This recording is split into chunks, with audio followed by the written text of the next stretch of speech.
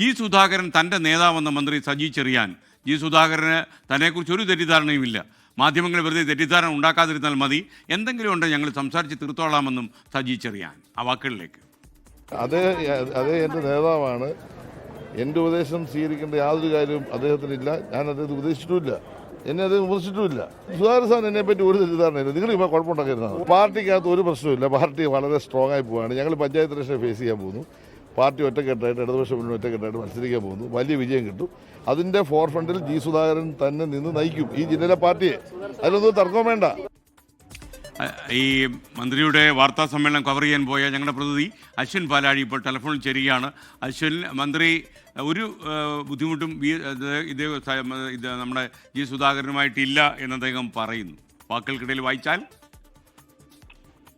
കഴിഞ്ഞ ദിവസം ജി സുധാകരന്റെ വാർത്താ സമ്മേളനത്തിൽ പൊട്ടിത്തെറിച്ചത് സജി ചെറിയാനെതിരെയായിരുന്നു. കടന്നാക്രമിക്കുകയായിരുന്നു സജി ചെറിയാൻ എന്ന് വേണമെങ്കിൽ നമുക്ക് പറയാം. സജി എന്നെ ഉപദേശിക്കാൻ വരേണ്ട, അത് ആളും തരവും നോക്കി മതി എന്നൊക്കെ കടന്ന ഭാഷയിലൊക്കെ സജി ചെറിയാനെ വിമർശിച്ചതാണ്. പക്ഷേ അതിനുശേഷം ഒരു പ്രതികരണത്തിന് സജി ചെറിയാൻ തയ്യാറായിരുന്നില്ല. ജി സുധാകരനോട് എന്തെങ്കിലും പറയാനുണ്ടോ എന്നുള്ള ചോദ്യത്തിന് എല്ലാവർക്കും നന്ദി എന്നൊരു മറുപടി പറഞ്ഞ തൊട്ടടുത്ത ദിവസം സജി ചെറിയാൻ ഓടി മറിഞ്ഞതാണ്. പിന്നീട് ഇപ്പോഴാണ് ആ വിഷയത്തിൽ ഒരു പ്രതികരണം നടത്തുന്നത്.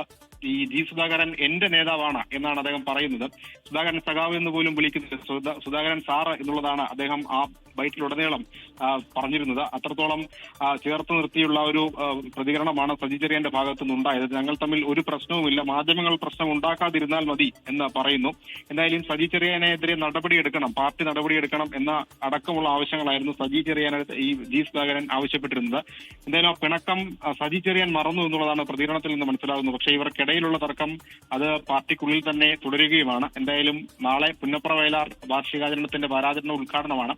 അതിൽ ജി സുധാകരൻ ഔദ്യോഗിക ക്ഷണമില്ല എന്നൊരു വിവാദം കൂടി ഉണ്ടായിട്ടുണ്ട്. എന്തായാലും അതുമായി ബന്ധപ്പെട്ട വിവാദങ്ങൾ ഇനിയും തുടരും. അതിനിടെയാണ് സജി ചെറിയാൻ ജി സുധാകരനെ തന്റെ നേതാവ് എന്ന് പറഞ്ഞുകൊണ്ട് അഭിസംബോധന ചെയ്തിരിക്കുന്നത്. SK ലോകത്തെവിടെയായാലും ഏത് സമയത്തും 24 വാർത്തകളും ഓഗ്മെന്റഡ് റിയാലിറ്റി പാക്കേജുകളും എക്സ്പ്ലെയിനറുകളും വിശദമായി കാണാൻ ഞങ്ങളുടെ യൂട്യൂബ് ചാനൽ നിങ്ങൾക്ക് സബ്സ്ക്രൈബ് ചെയ്യാം.